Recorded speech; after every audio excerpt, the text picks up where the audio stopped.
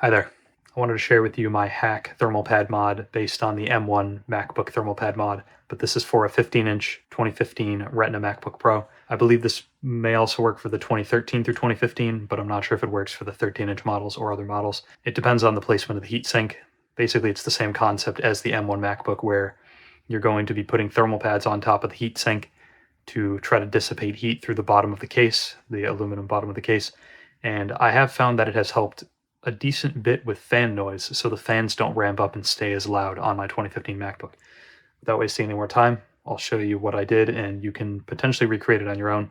I don't think this will damage anything on it, but I just want to say I'm not responsible for anything you try or you do on your own laptop. Let's try to pull this up. Thermal pads are stuck, so it's going to be a little more challenging than usual.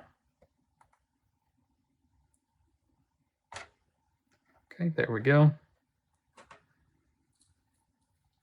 And the thermal pads stayed stuck to the heatsink.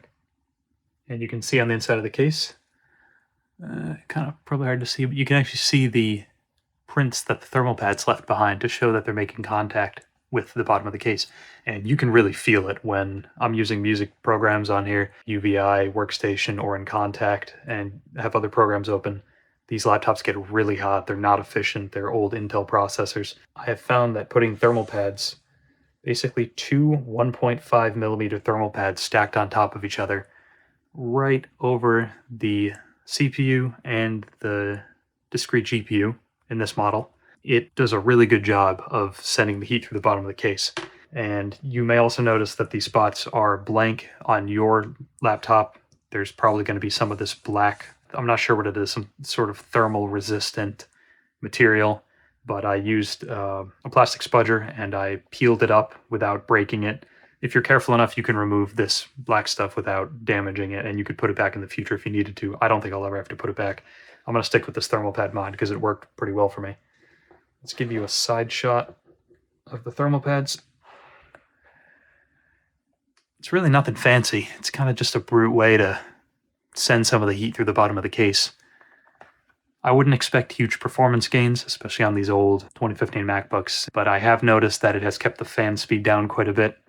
Of course, before you attempt this, I would replace the thermal paste and I would clean out the fans. That's what I did, and it still didn't make enough of a difference, so I figured I'd give this a shot. And surprisingly, it did make a little bit of a difference. If you're interested in that, give it a shot yourself. I don't see much harm in it. I haven't noticed that the thermal pads are leaking any liquid onto the motherboard. If there was any type of residue left by the thermal pads, it would end up on the bottom of the case. As you can see here, there's just a tiny imprint. But yeah, I mean, it worked pretty well for me. I don't have any benchmarks or anything to show off. If you're interested in trying this yourself and you want to post some benchmarks, I'd love to see if you can actually get more performance out of it with these MacBooks. I don't really care about performance. I care about keeping them quiet because they get really loud when you're doing even moderate work on them. Once again, two 1.5 millimeter thermal pads stacked on top of each other. These are relatively soft thermal pads and they're sticking to the heatsink very well.